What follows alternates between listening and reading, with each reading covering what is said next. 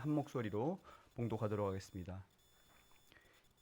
이제 나는 너희에게 새 계명을 준다. 서로 사랑하여라. 내가 너희를 사랑한 것 같이 너희도 서로 사랑하여라. 너희가 서로 사랑하면 모든 사람이 그것으로써 너희가 내 제자인 줄을 알게 될 것이다. 아멘. 이 시간 새 계명이라는 제목으로 이영원 목사님께서 말씀 전해 주실 때 큰 은혜 받으시기 바랍니다. 나오실 때 큰 박수로 환영하겠습니다.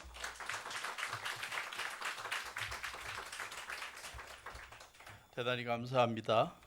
지난주 설교 본문은 마태복음 28장 18절부터 20절이었습니다. 부활하신 예수님께서 제자들에게 남기신 가장 중요한 지상명령에 대해 살펴보았습니다. 근데 신약학자들이 이 구절과 버금가게 중요한 또 하나의 구절로 오늘 이 본문을 들고 있습니다.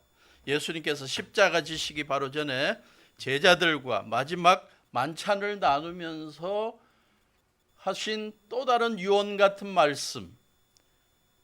그래서 마태복음 28장 18절부터 20절은 지상명령이라고 말씀하고 요한복음 13장 34절부터 35절은 새 계명이라고 부르면서 예수님의 가르침들 가운데 우리 그리스도인들이 제자들이 꼭 기억해야 할 가장 중요한 두 개로 생각하고 있습니다.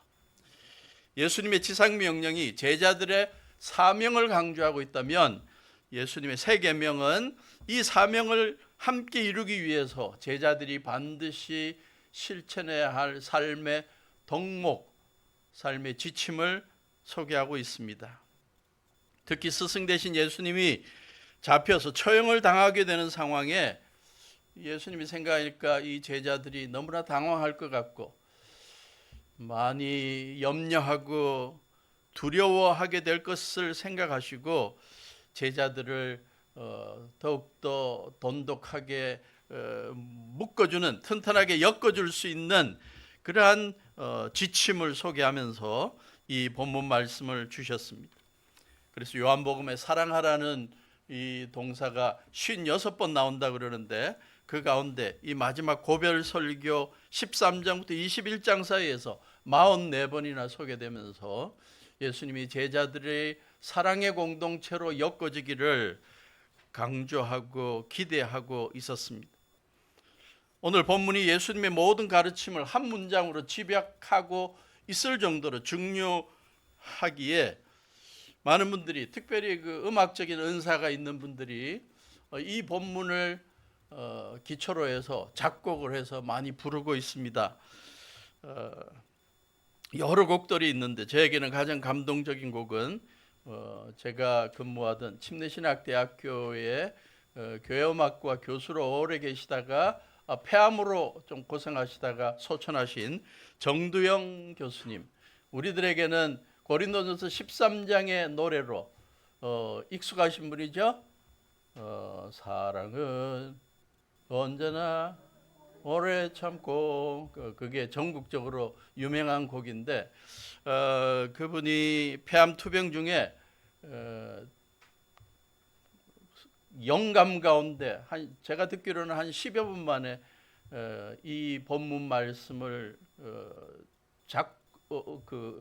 멜로디로 옮기고 또 가사로 옮긴 그러한 곡을 만들었고요. 그게 한동안 보편화되었습니다. 새 계명을 주노니 서로 사랑하라. 그분이 폐암으로 투병하시면서 2005년 침례신학대학교에서 마지막 연주를 하셨는데 콘서트에서 지휘하시고 그러셨는데 동영상에 보니까 산소호흡기를 끼고 마지막으로 그 지휘하던 그러한 장면이 있습니다. 그걸 준비했습니다. 그래서 보시고 가사도 있으니까 여러분 그 가사의 내용을 묵상하시면서 한번 보시고, 오늘 설교는 잊어버리실 수 있겠지만 이 영상에 나오는 가사 또 멜로디를 오래 기억해서 우리의 삶에 예수님의 새 계명을 실천하면 좋겠습니다.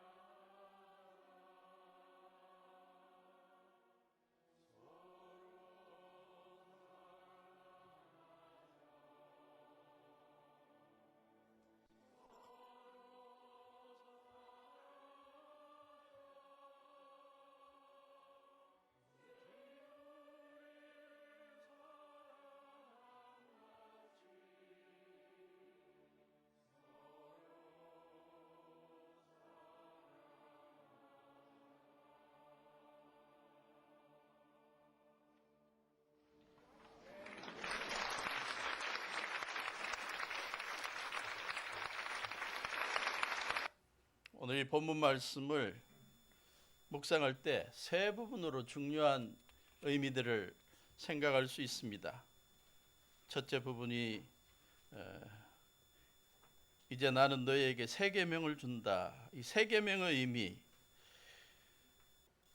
구약에 10개, 10계명이 있고 그 외에도 여러 가지 계명들이 있었고 신약에도 예수님께서 여러 가지 산상 보훈을 비롯한 교훈을 주셨는데 왜 새 계명이라 그러냐? 10계명에 하나를 덧붙여서 11째 계명을 말하는 거냐? 원어적으로 연구한 사람들이 학자들이 보니까 보통 시기적으로 새 것, 이전에 이어서 덧붙여지는 또 하나의 새 것 할 때는 헬라어로 네오스라는 단어를 썼다. 그래서 시간상의 새로운 거다. 그러나 이 본문에 예수님께서 사용한 단어는 카이노스다. 질적으로 새 것이다. 지금까지 여러 가지 구약의 계명들이 있었고 신약의 계명들이 있었지만 그러한 계명들을 다 종합해서 질적으로 다른 더 중요한 걸 내가 마지막으로 남긴다. 이전에 강조한 것들을 개혁한 무엇, 이전과 다른 무엇, 이전보다 더 좋은 무엇, 그 계명이 새 계명이다. 레위기 19장 18절에 보면 사랑에 대한 명령, 계명이 있습니다. 뒷부분, 다만 너는 너의 이웃을 내 몸처럼 사랑하여라. 구약에도 모세오경 가운데 이웃을 자기 몸을 아끼듯이 사랑하라는 계명이 있었고 예수님이 가르친 마태복음 22장 40절을 보면 구약의 온 율법과 예언서의 뜻 다 합칠 때 39절 하나님을 사랑하고 내 이웃을 내 몸과 같이 사랑하는 이게 율법과 예언서를 다 종합한 거다. 하나님을 사랑하고 이웃을 내 몸과 같이 사랑하면 된다.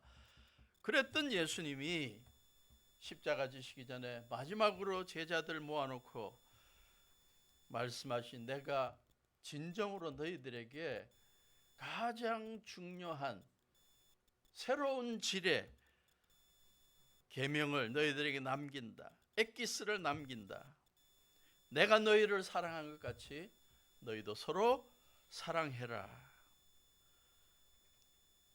이전의 기준, 내 몸을 사랑하듯이 이웃을 사랑하는 정도를 율법에서 요구했다면 새로운 기준으로 사랑하라고 하는데 예수님께서 제자들에게 3년 동안 보여주셨던 그 사랑 생각하며 서로 사랑해라. 그게 새 계명의 의미입니다. 두 번째, 이 본문에서 중요하게 생각해 보아야 할 것은 내가 너희를 사랑한 것 같이 사랑의 기준이 바뀌었습니다. 이전에는 자기 몸 아끼듯이 이웃들을 아끼고 사랑해라. 그런데 이제는 예수님이 보여주신 사랑, 예수님과 함께 지내면서 경험한 예수님의 사랑을 생각하며 그대로 실천하면 된다는 것입니다. 예수님이 보여주신 제자들에게 보여주신 사랑이 어떤 것입니까? 여러 개를 다 볼 수 있겠지만 13장에서 소개하는 걸 먼저 보면 13장 1절입니다. 13장 1절 같이 읽어볼까요? 시작. 유월절 전에 예수께서는 자기가 이 세상을 떠나서 아버지께로 가야 할 때가 된 것을 아시고 세상에 있는 자기의 사람들을 사랑하시되 끝까지 사랑하셨다. 여기서 중요한 표현이 있죠. 예수님의 사랑은, 예수님의 제자들을 향한 사랑은 끝까지 하는 사랑이었다. 원어적인 의미를 보았더니 끝까지라는 단어가 텔로스인데 최대한으로 사랑하셨다. 죽을 때까지 십자가를 앞에 놓고 예수님이 마음이 좀 아프기도 하고 어떤 면으로 염려되기도 하고 피하고 싶기도 하고 그런 때도 있었지만 온 세상 사람들의 죄를 대신 짊어지고 죗값을 대신 치르시고 죽어주시는 그 상황까지 제자들 사랑하는 것을 놓치지 않았다. 죽을 때까지 사랑하셨다. 한 주석서를 보았더니 아주 감동적인 용어를 썼더군요. 지칠 줄 모르게, 끝까지라는 표현을 지칠 줄 모르게 사랑하셨다. 예수님이 제자들을 지치지 않고 지칠 줄 모르고 사랑하셨다. 더 감동이 되는 건 뭐냐? 이 표현을 예수님이 쓰신 것이 아닙니다. 3년 동안 예수님의 제자로 예수님 곁에서 사랑을 받아온 요한이 지금까지 예수님의 사랑을 생각해 보면서 지금 나레이션으로 해설 부분에서 소개한 요한의 표현입니다. 예수님께서 나를 사랑해 주신 것 생각해 보니 정말 끝까지 사랑하셨구나. 정말 최대한 사랑하셨고 죽을 때까지 사랑하셨고 지칠 줄 모르고 나를 사랑해 주셨구나. 예수님의 사랑은 끝까지 한 사랑입니다. 두 번째 예수님의 사랑이 13장 4절부터 17절에서 표현되는데 세족식을 통해 표현되었습니다. 스승 되신 예수님이 제자들의 발을 씻겨주는 사건을 통해서 예수님의 사랑이 드러납니다. 고대 이스라엘에서는 그 사막 주위에 있는 나라, 요즘처럼 아스팔트가 잘 깔려져 있는 것도 아니고 모래, 흙으로 가득 찬 곳을 샌들 신고 다니면서 하루 여러 곳을 다니다 들어오면 부자 유대인들이 종들을 불러서 발을 씻게 합니다. 발을 깨끗하게 하고 이제 방 안에서의, 집 안에서의 삶을 새롭게 시작하게 됩니다. 예수님께서 제자들 불러 모아놓고 마지막 식사하기 전에 예수님께서 수건을 갖고 오시고 갑자기 무릎을 꿇고 제자들 발을 씻겨 나가기 시작합니다. 마치 종이 주인의 발을 씻겨주는 것처럼 겸손하게 사람들이 가장 하루의 생활을 끝내고 가장 지저분하게 생각하는 그 부분, 가장 더러운 부분, 부족한 부분, 그 부분을 씻겨주기 시작하신 것입니다. 여기에서 예수님의 사랑이 아주 상징적으로 드러나는데 겸손한 모습을 통한 사랑, 섬김의 행동을 통한 사랑, 그게 바로 예수님의 제자들의 발을 씻겨주는 모습에서 나타납니다. 그래서 이 세족식이 오늘날 많은 교회에서 또 많은 가정에서 재현되고 있죠. 우리 교회도 이 세족식을 가끔 하면 좋겠어. 예수님께서 하라 그랬는데 안 하는 교회가 많아요, 그죠? 제가 유학을 마치고 와서 신학교에서 교수로 시작하면서 기숙사 사감도 하게 되어서 기숙사에서 지내던 학생들이 졸업할 때 정도 되면 제가 한 2년 정도는 그 세족식을 했습니다. 그리고 10년, 20년이 지나서 제자들 가운데 오랜만에 만나면 딴 이야기 안 해요. 교수님이 그때 사감하시면서 졸업하기 바로 전에 발 씻어준 게 아직도 기억나서 저도 교회에서 성도들 발 씻겨주고 있습니다. 겸손하게 목회하려고 노력하고 있습니다. 섬김의 사랑이죠. 10장에 보면 예수님의 사랑이 어땠는지를 또 보여주는데 10장 11절부터 15절 예수님이 자신을 선한 목자로 표현하면서 말씀하셨습니다. 나는 선한 목자다. 선한 목자는 양들을 위하여 자기 목숨까지도 버린다. 싹구는 목자가 아니고 양들도 자기 것이 아니므로 이리가 오는 것을 보면 양들을 버리고 달아난다. 그러면 이리가 양들을 물어가고 양떼를 흩어버린다. 그는 싹꾼이어서 양들을 생각하지 않기 때문이다. 나는 선한 목자이다. 나는 내 양들을 알고 내 양들은 나를 안다. 그래서 마치 아버지께서 나를 아시고 내가 아버지를 아는 것과 같다. 나는 양들을 위하여 내 목숨을 버린다. 예수님의 제자들을 향한 사랑은 목숨까지 버리는 사랑이었습니다. 한 걸음 나아가 제자들을 비롯하여 온 세상의 죄인들의 죄값을 대신 치러주시고 그들을 구원하기 위해 희생적인 죽음을 감당하시는 사랑입니다. 예수님의 사랑은 희생적인 사랑입니다. 자기 목숨을 내어놓아도 아깝지 않은 사랑입니다. 예수님의 사랑은 또 인내와 용서의 사랑입니다. 오늘 13장에 보니까 가룟 유다 예수님을 배신하는 모습이 나오고 예수님의 만찬에 차려진 음식 잘 먹고 배부르다 그리고 나가서 유대인 지도자들 만나고 예수님 팔 궁리를 하고 있는 배신자 유다, 그의 발도 씻겨주신 예수님, 오래 참으시고 용서하시는 사랑의 모습을 보였습니다. 베드로를 향한 예수님의 모습도 인내와 용서의 모습이었습니다. 예수님을 위해서 내 목숨까지 바치겠다고 했던 사람, 그러나 달기 울기 전에 너가 나를 3번이나 부인할 것이라는 그것을 실천했던 베드로,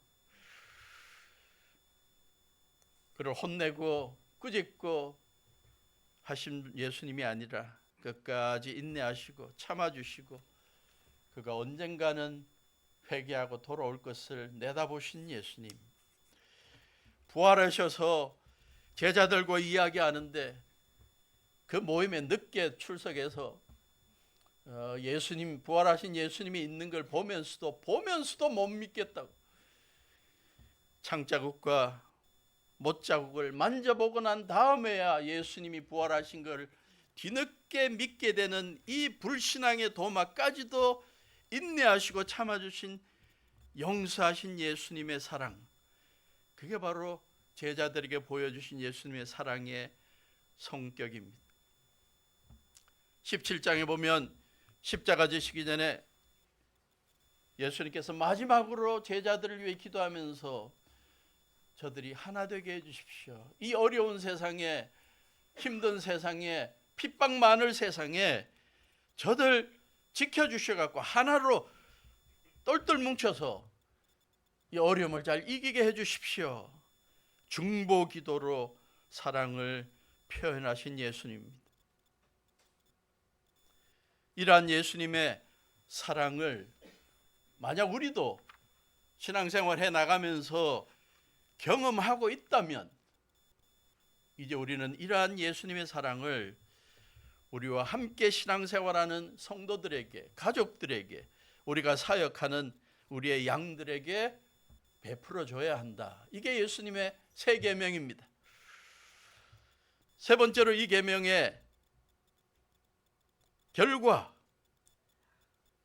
이 계명을 지킬 때에 어떤 위력이 나타나냐, 예수님께서 말씀하셨습니다. 35절, 너희가 내 계명에 따라 서로 사랑하면, 내가 사랑하듯이 서로 사랑하면 모든 사람이 그것으로 너희가 내 제자인 줄을 알게 될 것이다.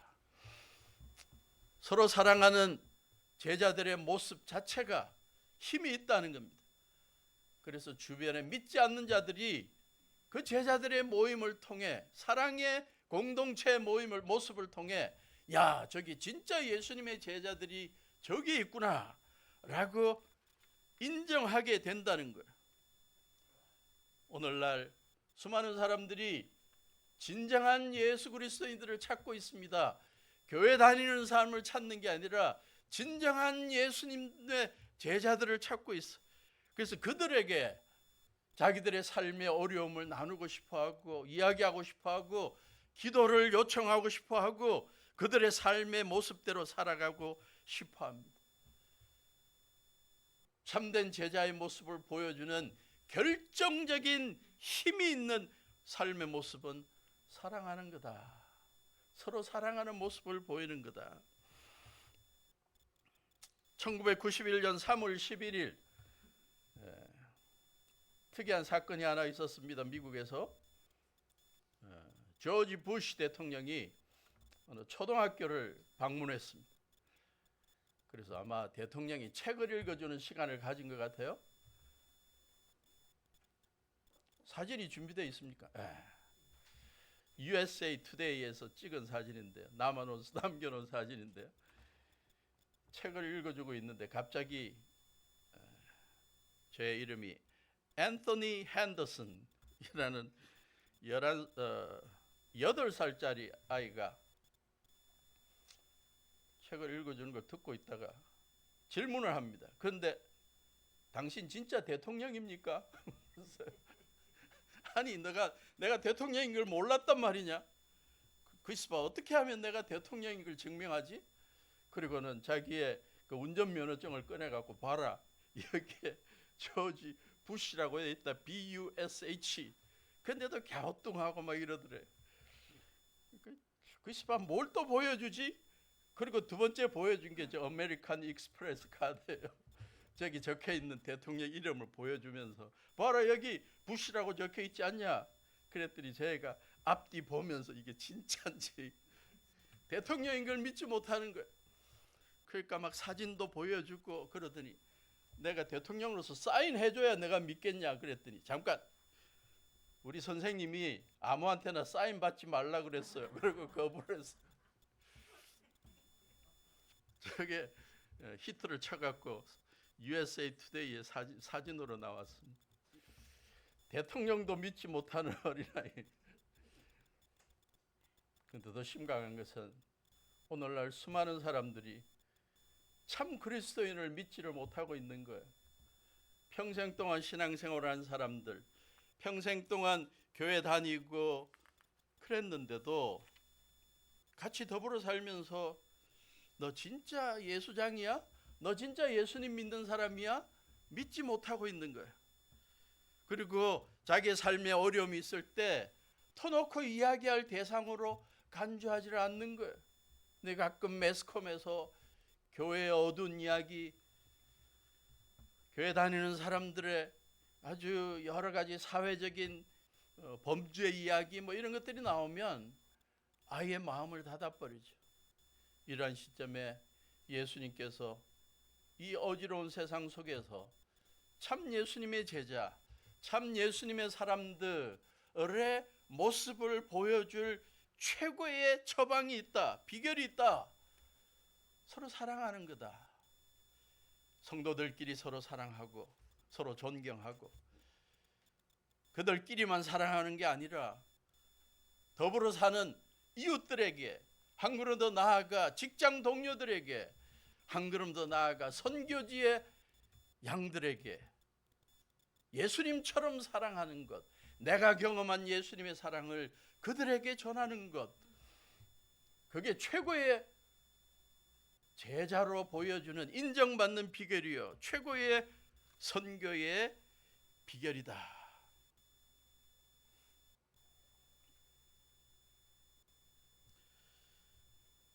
예수님의 세 계명을 예수님의 지상명령처럼 중요하게 생각하고 삶에 실천하는 우리가 되면 좋겠습니다.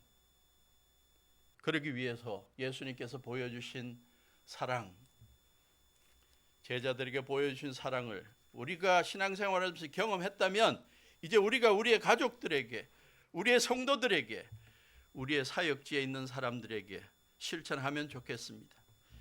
끝까지 사랑하시기를 바랍니다. 최대한 사랑하시기를 바랍니다. 죽을 때까지 사랑하시기를 바랍니다. 지칠 줄 모르게 사랑하시기를 바랍니다. 그래서 요한이 예수님을 보고 그렇게 평가한 것처럼 우리 주위에 있는 사람들이 당신은 진짜 나를 사랑하는 사람이구나. 나는 이제 마음을 열겠습니다. 당신의 사랑을 받아들이겠습니다.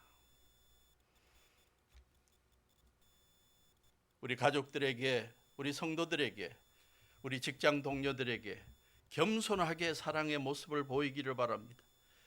그들의 더러움을 씻어주고 부족함을 씻어주고 가려주고 덮어주고 섬겨주고 필요한 것들을 채워주고,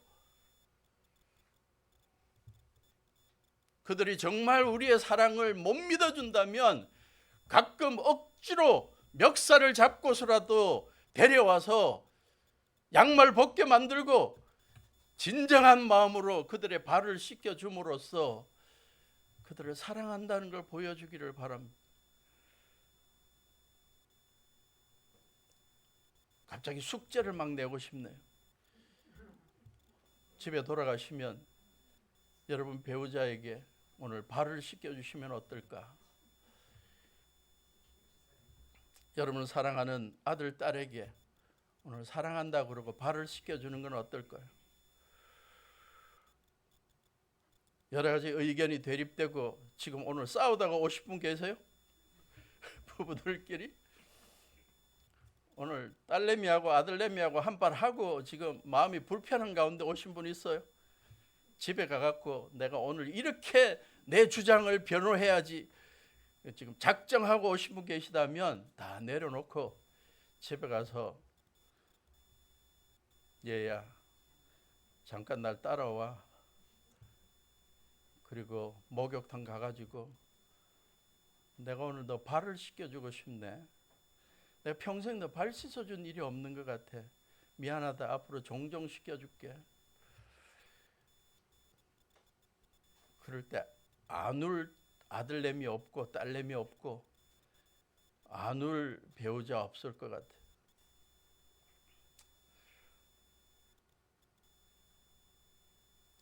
전에 오셨던 차경태 목사님이 제가 반포침례교회 전도사로 있을 때 그 방배동 저 아래쪽 그 자취방에 잠깐 방문했을 때 그분이 이 전도사 이리 와.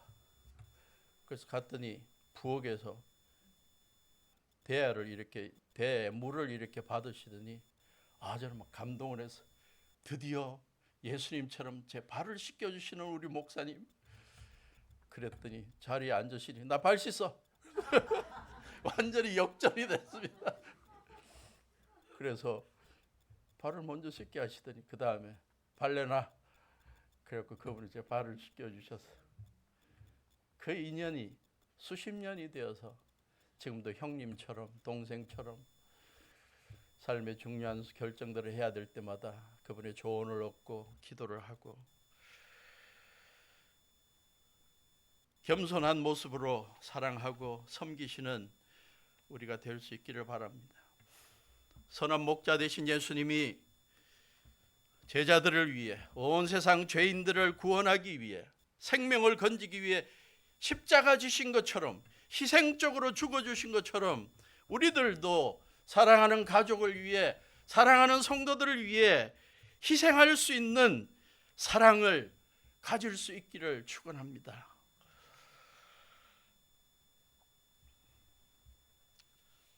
이 부분에 좋은 예가 뭘까? 정말 찾는다고 고생을 많이 했어요. 드디어 찾았습니다. 1943년 미국 뉴욕시에서 도체스터호라는 배가 본래는 일반 배였는데 군함이 아니었는데 그걸 개조해서 904명의 군인을 태우고 2차 대전에 참여하는 군인을 태우고 출발을 했습니다. 근데 어느 정도 가다가 대서양 그 끝쪽에서 독일군 잠수함에 그 오래를 맞아서 배가 파손이 됩니다. 배에 있는 군인들이 놀라서 막 당황하고 구조선에 막 뛰어나가고 그런데 그 가운데 미국에서 훈련받은 네 군목들이 목사님들이 계셨습니다. 한 사람은 유대교 랍비, 한 사람은 캐톨릭 신부, 두 사람은 개신교 목사님. 막 당황하는 사람들, 이 군인들 한 사람 한 사람 염려하지 않게 만들고 침착하게 만들고 구명조끼를 다 나눠줬는데 문제는 구명조끼가 모자랐습니다. 그때 이 군목들이 4명이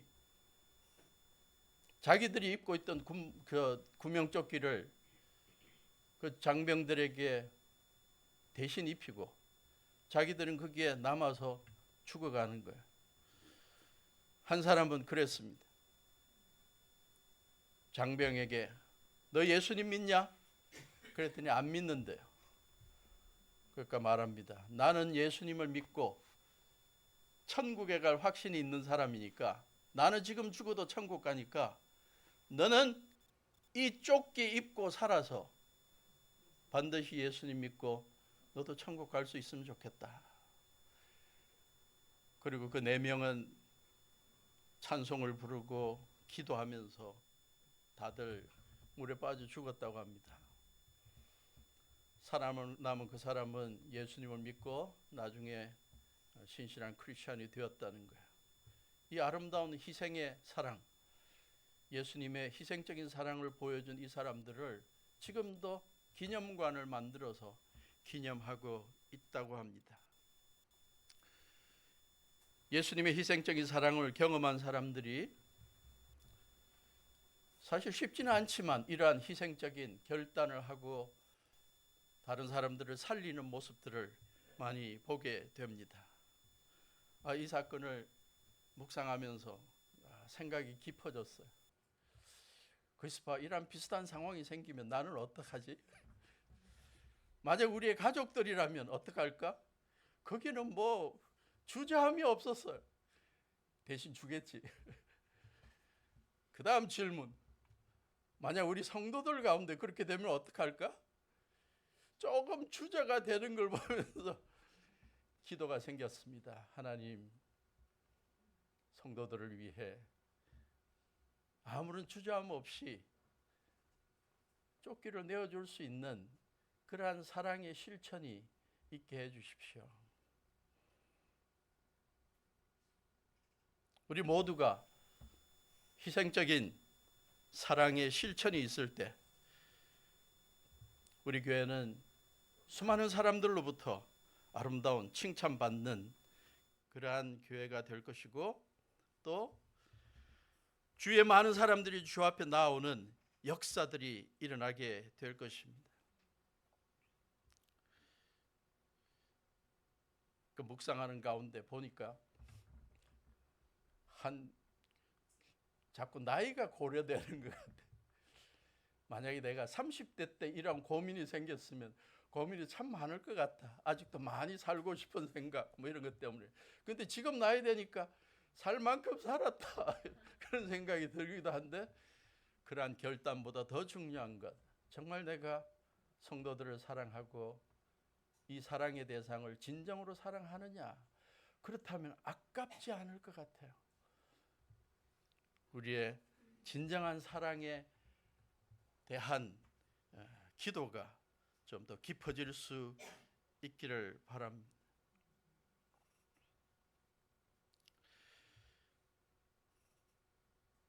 요한이 예수님의 사랑을, 희생적인 사랑, 끝까지 인내하고 용서하는 사랑을 경험하고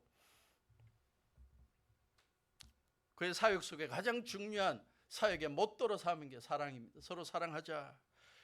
그래서 요한 1서에 보면 구구절절히 아주 거친 말, 심한 말을 하면서도, 극단적인 말을 하면서도 성도들 간의 사랑을 유지해야 한다. 요한일서 2장 9절부터 11절, 요한일서 2장 9절부터 11절 같이 읽어봅시다. 시작. 빛 가운데 있다고 말하면서 자기 형제 자매를 미워하는 사람은 아직도 어둠 속에 있습니다. 자기 형제 자매를 사랑하는 사람은 빛 가운데 머물러 있으니 그 사람 앞에는 올무가 없습니다. 자기 형제 자매를 미워하는 사람은 어둠 속에 있고 어둠 속을 걷고 있으니 자기가 어디로 가는지를 알지 못합니다. 어둠이 그의 눈을 가렸기 때문입니다. 4장 7절부터 12절. 사랑하는 여러분, 서로 사랑합시다. 사랑은 하나님에게서 난 것입니다. 사랑하는 사람은 다 하나님에게서 났고 하나님을 압니다. 사랑하지 않는 사람은 하나님을 알지 못합니다. 하나님은 사랑이시기 때문입니다. 하나님의 사랑이 우리에게 이렇게 드러났으니 곧 하나님이 자기 외아들을 세상에 보내주셔서 우리로 하여금 그로 말미암아 살게 해주신 것입니다. 사랑은 이 사실에 있으니 곧 우리가 하나님을 사랑한 것이 아니라 하나님이 우리를 사랑하셔서 자기 아들을 보내어 우리의 죄를 위하여 화목제물이 되게 하신 것입니다. 사랑하는 여러분, 하나님께서 이렇게까지 우리를 사랑하셨으니 우리도 서로 사랑해야 합니다. 지금까지 하나님을 본 사람은 없습니다. 그러나 우리가 서로 사랑하면 하나님이 우리 가운데 계시고 또 하나님의 사랑이 우리 가운데서 완성된 것입니다. 서로 사랑하자는 것을 요한은 그렇게 강조하며 목회했습니다. 근데 사실 끝까지 사랑하는 것, 희생적으로 사랑하는 것, 겸손하게 사랑하는 것, 이게 우리들에게는 너무 차원이 다른, 우리가 지키기가 어려운 것들로 생각하고 부담스러워할 수도 있습니다. 그러한 우리들에게 사도 바울은 좀 더 쉽게 다가오면서 사랑을 실천하게 제안합니다. 고린도전서 13장 4절부터 7절까지 우리가 이 말씀을 읽고 설교를 마치기를 원합니다. 같이 읽어볼까요? 좀 천천히 읽읍시다. 하나하나를 음미합시다. 시작. 사랑은 오래 참고 친절합니다. 사랑은 시기하지 않으며 뽐내지 않으며 교만하지 않습니다. 사랑은 무례하지 않으며 자기의 이익을 구하지 않으며 성을 내지 않으며 원한을 품지 않습니다. 사랑은 불의를 기뻐하지 않으며 진리와 함께 기뻐합니다. 사랑은 모든 것을 덮어주며 모든 것을 믿으며 모든 것을 바라며 모든 것을 견딥니다. 다음에 기회가 되면 이 구절 한 구절 한 구절 설교하는 시간들, 시리즈로 설교하는 시간을 갖기를 원합니다. 오늘 성경 공부 시간에도 잠깐 말씀을 나눴지만 우리가 정말 누군가를 사랑할 때 저거 다 지켜야, 12가지인가 되는 저걸 다 지켜야 진짜 내가 사랑한다 라고 생각할 필요가 없다. 저 가운데 하나만이라도 붙잡고 정말 지키면 이전과는 다른 사랑의 관계로 회복될 것이다. 하나라도 좀 실천해 봅시다. 하나라도 덮어주고 하나라도 말을 믿어주고 하나라도 저 사람의 미래를 더욱더 바래주고 하나라도 더 견뎌주고 한 번이라도 더 진실을 말하고 하나라도 한 번이라도 더 참아주고 이렇게 될 때 우리의 가족 관계, 우리의 친구 관계, 우리의 성도들의 관계, 우리의 사역지에서의 관계 달라질 것입니다. 이 말씀, 세 계명의 말씀과 고린도전서 13장 4절부터 7절이 우리의 삶에서 실천되는 나날이 될 수 있기를 주님의 이름으로 축원합니다.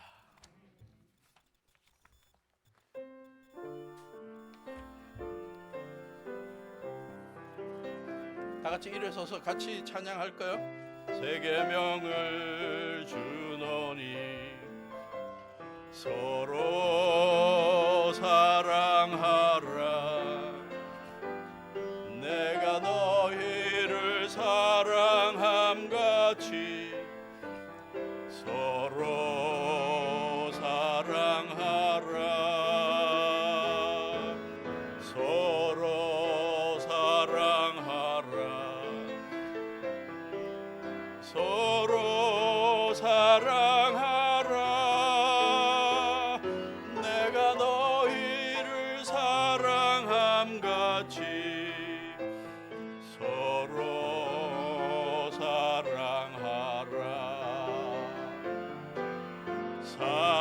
사랑하지 않으면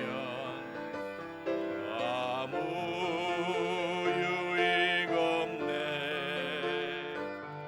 내가 전사의 방언을 해도 무슨 소용있나. 서로 사랑하면 서로 사랑하면 우리 하나님 자녀가 되리. 서로 사랑하면.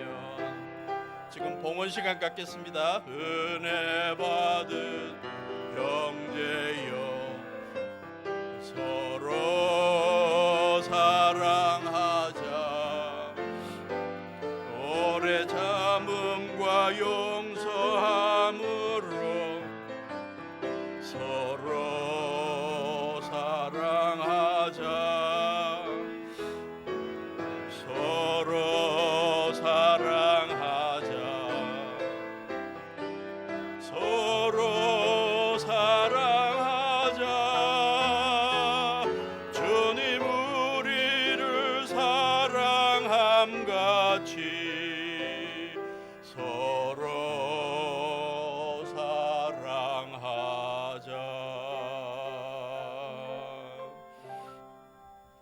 주님께서 저희들의 삶에 베풀어 주신 사랑과 은혜를 생각할 때마다 감격하고 감사하고 눈물로 사랑을 고백하게 됩니다.